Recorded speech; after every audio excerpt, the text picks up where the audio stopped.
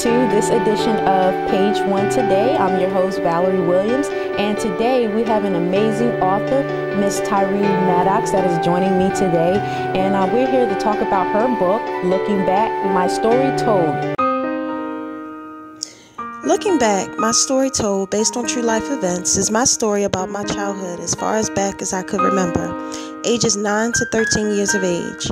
I began my story describing a horrible fight that took place between my dad and my mom's boyfriend, Kenny. This fight was significant because it dictated the relationship between myself and Kenny, which sparked hatred towards him through my teenage years.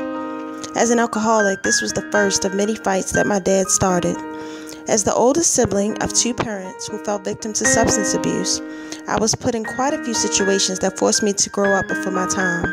While I was not mentally ready, I made some adult choices, including having sex at a very young age and looking to my peers and others for guidance. My grandmother, the rock of the family, saved me by taking me in and not allowing foster care to step in to determine me and my sister's fate. Although I continued to find my way the best way I knew how, I continued to make mistakes and eventually grow from them along the way. Looking Back is a must-read because it opens the window of opportunity to reflect on your past, to learn from it as a means to be what God has called you to be in the future. I've always been told that my life could have turned out completely different based on my childhood, so I decided to share those experiences with the world to be an example to teenagers, mothers, fathers, and grandparents, anyone who is bound daily by his or her past. I wanted to show that one's past should be ammunition to make better decisions in the future. It is important for me to be a reflection for that little girl that wanted her father in her life, a wake-up call to the father who recognizes the importance of teaching his son to be a man, an eye-opener for mothers who may have fallen short when raising kids, the overwhelming grandmother who raised her children and her children's children. Most importantly, I wrote to heal from the wounds that I didn't realize still had an effect on me. Writing my story, Looking Back, was a way for me to completely let go and forgive.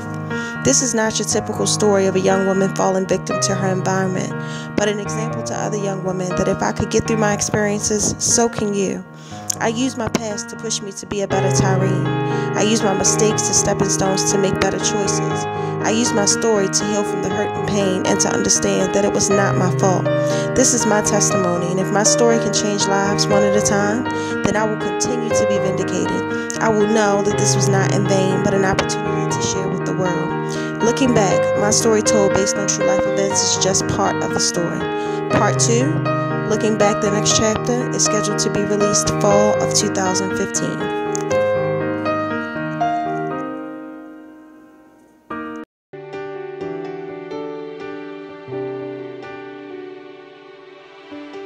So Tagline, thank you for joining me today. Glad to have you. So how are you doing? I'm doing pretty good. That's good. I'm glad you're joining me today. So your book, and you know the title of this show is Page One Today. And before I get heavily into the interview, my main focus I want to start on is the very first page of your book, Looking Back. So how did it all start? Well, the idea of writing a book actually started about 10 years ago. I would get a lot of feedback from close family and friends who sort of knew my upbringing, and they would come to me and they would say, you know, just based on what you guys have been through, my sister and I, when we were younger, you know, it's amazing that you guys are surviving. I mean, you know, we grew up to both go to really good schools, we both had our masters, we're both married with kids, and, you know, you just typically don't hear about that when you read about my story. Exactly. Page one was the beginning, so I don't remember a lot of my childhood before 9 years of age. So the very first memory I had, unfortunately, it's not a good one. So page one was just kind of like one of the things that happened in my life that sort of traumatized me a little bit. So page one pretty much discusses an argument that initially started because my dad came to visit us. And he was unexpected. It was about 2 o'clock in the morning, and my mom was there with her then at the time, her boyfriend. My sister and I were asleep, and I woke up to basically them fighting. Oh, wow. Yeah, so that's page one, and so that's pretty much where it all starts. And that just kind of triggered the foundation for your book. All right. So from that point on, when did you really realize, okay, when did the writer instinct kind of come in to play? Well, I've always considered myself good with words. I mean, so, you know, definitely throughout my education, like I've always been good with telling stories. As I got older, again, from comments from other people, that kind of just triggered something in me.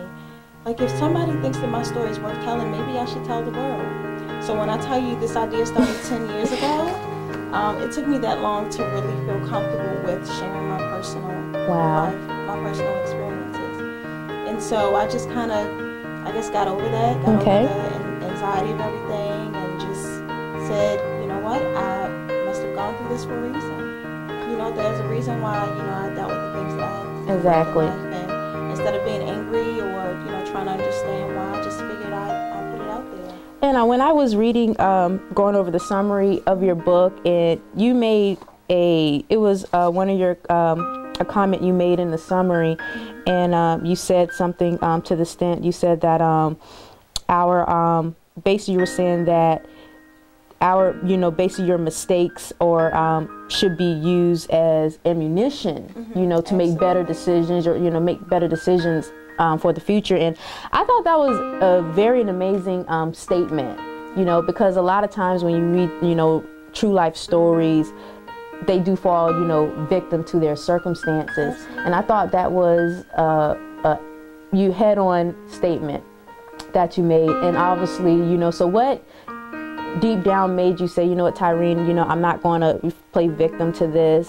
You know, I'm going to just use these experience to make wiser decisions. So, like, what deep down brought you to that point? It was a process. You know how they say everything sort of worked together for good. Exactly. Things happen for a reason. I didn't know my purpose in life for a really long time, and the fact that I didn't have a good relationship with my mom or my dad, you know, I was just always trying to figure out who I was. So throughout the process, the book actually just became healing. It was an opportunity for me to forgive those who, you know, I felt at the time was angry that they put me in certain situations. And once I, you know, wrote the book and kind of went through the healing process, that allowed me to see beyond my mistakes. It allowed me to see beyond what it was that I had to go through as a child. And I decided I want better for myself. Not only do I want better for myself, but it stops here. So when I have children, they're going to have better because I know better. So. Exactly. And because you don't want your children to, you know, go through that same cycle. Right. You know, so, so basically so writing basically became really your emotional outlet for you. You know, it kind of just took you in, because I know a lot of writers, and, you know, studying authors and me being a writer myself, you know, writing tends to kind of take you away from reality at times, and, you know, kind of, you know, can, you know, like you say, help you, you know, heal, you know, whatever it is that you're dealing with or going through at the moment. And also it was interesting, you said that, you know, your grandmother, you know, saved you and, you know, took you and your sister in, you know, so tell me about that experience, because I know you know, you talk about that in your book as well. Yeah, absolutely. So my grandmother was considered the rock, which is, you know, not uncommon for most families. She took care of a lot of the grandkids. Unfortunately, some were in situations where they, you know, she was in a situation where she wasn't able to take everybody in. And so when things started going downhill with my mom, it wasn't planned. She just said, you know, come over to the house for a week. You know, make sure you guys get back and forth to school. Let's give your mom some alone time and let her kind of think about things. And, you know, when we come back, you know, we'll talk about it and see where we can go from there. Had no intentions of staying with her, but just trying to get away from all the drama. That's exactly. We returned home and all of our things were out. Wow. Wow. We got put out. Because apparently my mom hadn't paid any of the bills. At the time we did go with my grandmother for that week, the gas and electric was off. But that wasn't uncommon. We figured, you know, a couple days it'll be back on, no big deal. But when we came home and all of our things set out like that, there was no way she was going to have us go back. Wow. Yeah. So your grandmother really just, you know, kind of just, you know, basically, kind of like a guardian angel, I guess, in a sense, to you and your sister, you know, for, you know, taking you guys in and still making sure that, you know, you and your sister, you know, could just, you know, still have a positive life and not allow the negative experiences to, you know, play over into your life. So. Yeah, and the funny thing about it is, you know, she was living in a 1-bedroom apartment. Wow. So, I mean, I know a grandmother's love can go a really long way, but I mean, just out of convenience alone, you know, she could have very well said, I just don't have the room. Yeah, she don't have. Where you guys sleep? But we made it work. We made it work. She put a cot in. You know, we slept in the living room. Wow. Whatever worked.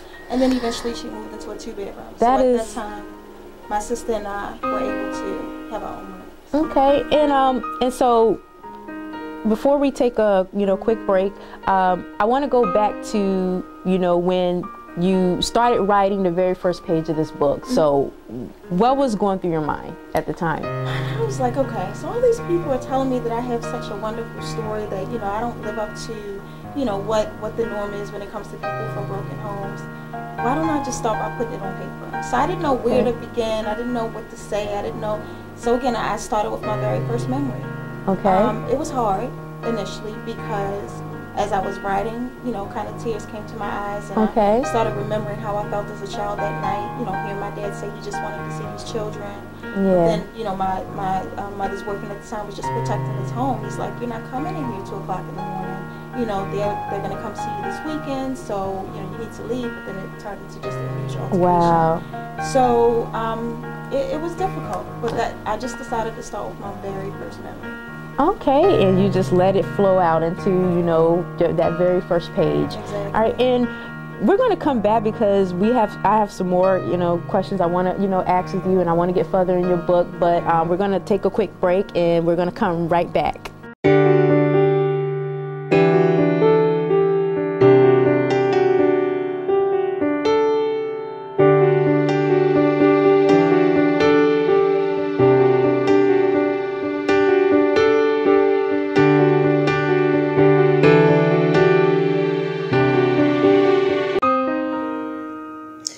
Looking back, my story told based on true life events is my story about my childhood as far as back as I could remember, ages 9 to 13 years of age.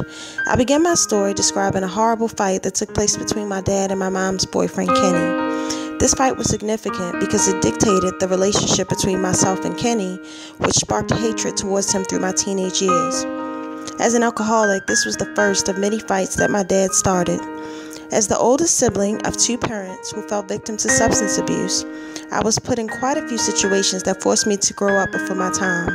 While I was not mentally ready, I made some adult choices, including having sex at a very young age and looking to my peers and others for guidance. My grandmother, the rock of the family, saved me by taking me in and not allowing foster care to step in to determine me and my sister's fate. Although I continued to find my way the best way I knew how, I continued to make mistakes and eventually grow from them along the way. Looking back is a must-read because it opens the window of opportunity to reflect on your past, to learn from it as a means to be what God has called you to be in the future. I've always been told that my life could have turned out completely different based on my childhood, so I decided to share those experiences with the world to be an example to teenagers, mothers, fathers, and grandparents, anyone who is bound daily by his or her past. I wanted to show that one's past should be ammunition to make better decisions in the future. It is important for me to be a reflection for that little girl that wanted her father in her life, a wake-up call to the father who recognizes the importance of teaching his son to be a man, an eye-opener for mothers who may have fallen short when raising kids, the overwhelming grandmother who raised her children and her children's children. Most importantly, I wrote to heal from the wounds that I didn't realize still had an effect on me. Writing my story, looking back, was a way for me to completely let go and forgive. This is not your typical story of a young woman falling victim to her environment, but an example to other young women that if I could get through my experiences, so can you. I use my past to push me to be a better Tyreen. I use my mistakes as stepping stones to make better choices. I use my story to heal from the hurt and pain and to understand that it was not my fault. This is my testimony, and if my story can change lives one at a time, then I will continue to be vindicated. I will know that this was not in vain, but an opportunity to share with the world. Looking back, my story told based on true life events is just part of the story. Part 2, looking back, the next chapter, is scheduled to be released fall of 2015.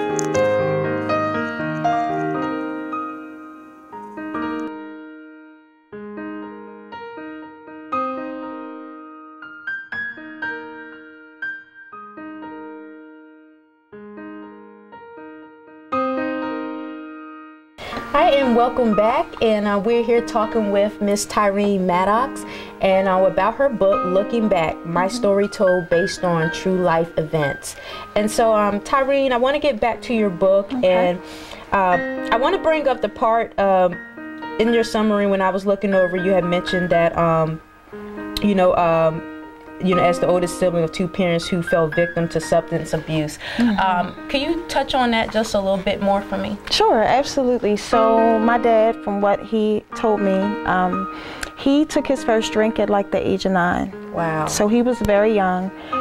From that led to depression, and he pretty much drank throughout my entire life up until I was probably about, I would say in my early 20s was when he, started taking rehab really seriously. But then from that point on, he was just depressed. He's deceased. He passed away a couple years ago. Wasn't from alcoholism, but he had some other health issues at the time. Okay. But it started at a very young age for him, and so that's the only part of my dad I knew. I mean, there would be sober moments, but when I tell you, in less than a half an hour, he was drinking again. Yeah, so we dealt with him just kind of being out of it most of the time. So it was like a light switch pretty much. Yeah. Just kind of just on and off, on and off. So how did you and your sister, basically just kind of get used to that? It's like, people get to the mind where it's like it doesn't faze you anymore because you kind of expect it. Right. So, like, how did you guys get to that point? I think it was just because that's all we knew. We didn't really see him for long periods of time where he was the dad that, we kind of wish we had more often. The times that he was sober was very limited. So when you're exposed to something most of the time, you really don't know any different. Exactly. I mean, I would see my friends, and their dads and kind of think about, it'd be nice if my dad wasn't drunk all the time. But, it was just one of those situations we just kind of accepted it because that's all we knew. So tell me about your mom. Well, my mom was a great mom. But she had a death, someone, I'm not going to say who, but someone close to her, I talk about it in the book, passed away. Okay. And I just think sometimes when people are really strong, they need a support system too. Exactly. So in addition to my grandmother being the rock of my family, my mother would come second. She, when there were issues with like my other cousins and things like that, she would take them in. Sometimes her sisters and brothers moved in with us. But when this person that was close to her passed away, she just lost her way, ultimately. And so she fell victim to drugs.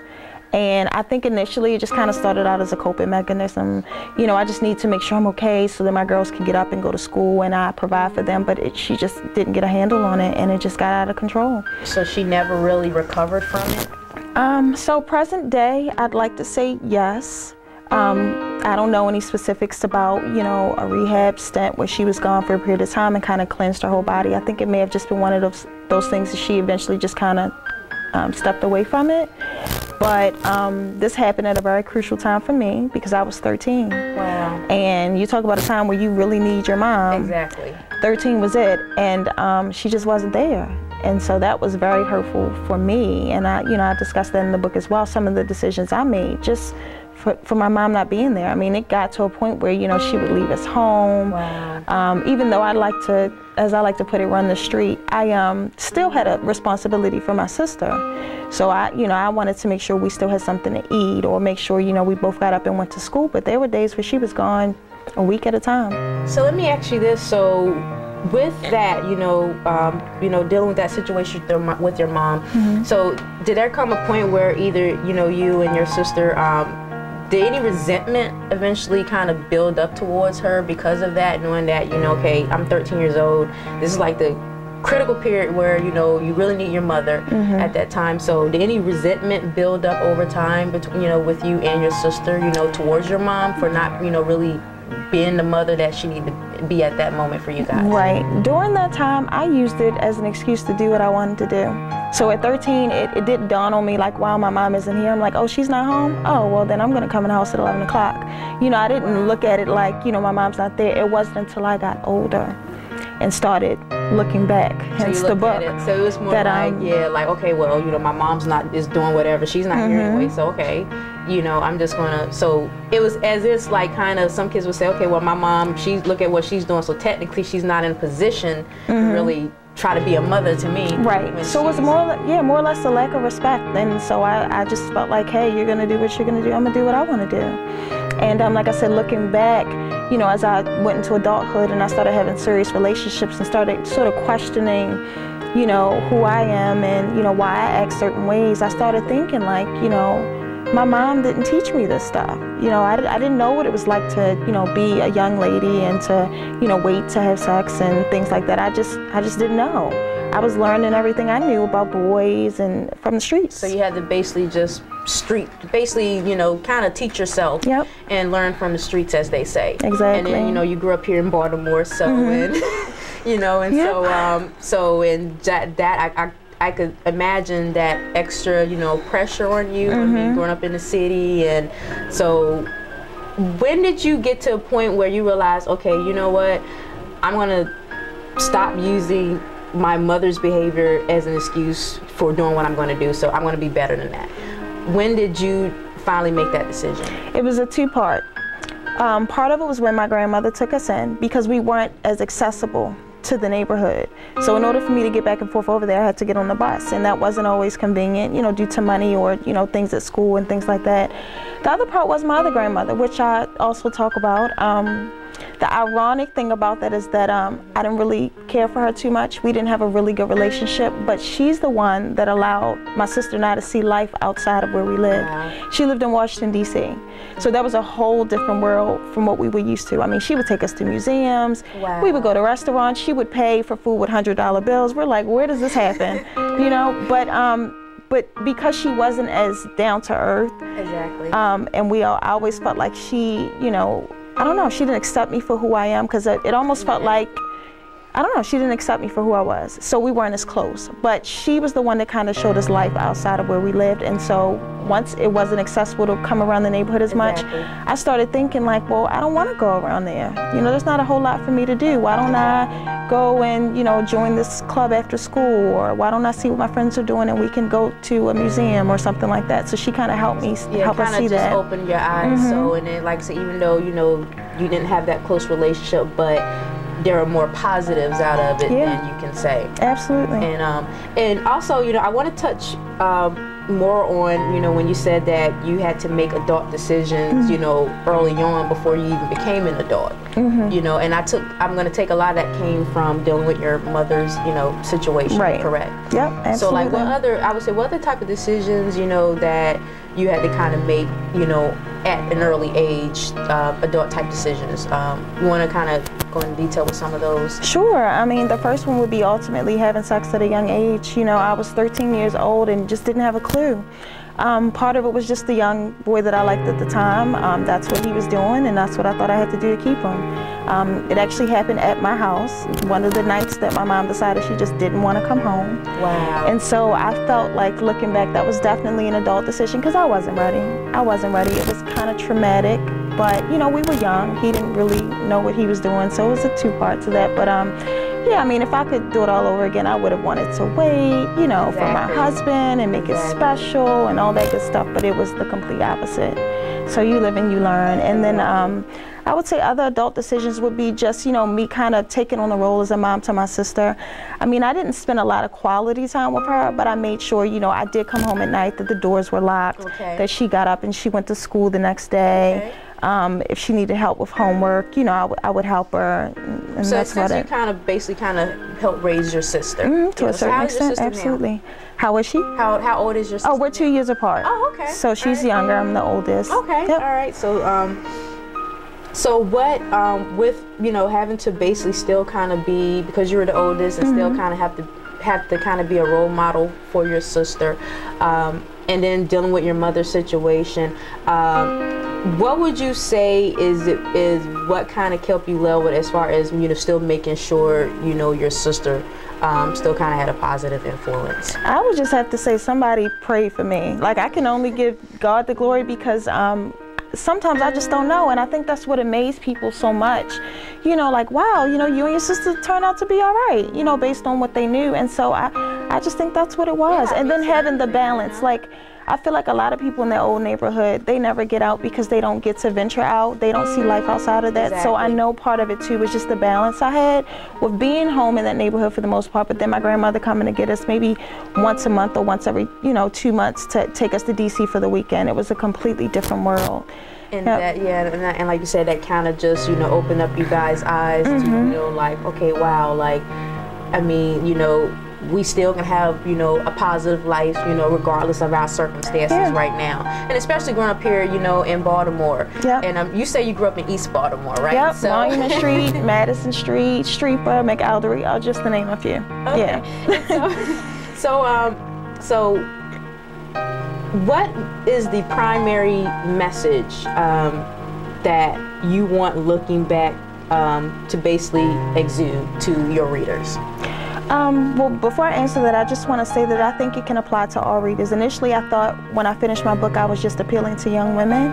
But my husband had a chance to read the book, and he kind of said to me, no, it can apply to men too. I mean, for those men out there who, take their daughters for granted, just understanding and realize how important it is for them to be in their lives. Because that's one of the things I shared, like, my dad not telling me how beautiful I am or just being there for me as my dad, really had an effect on me, especially when it came to relationships.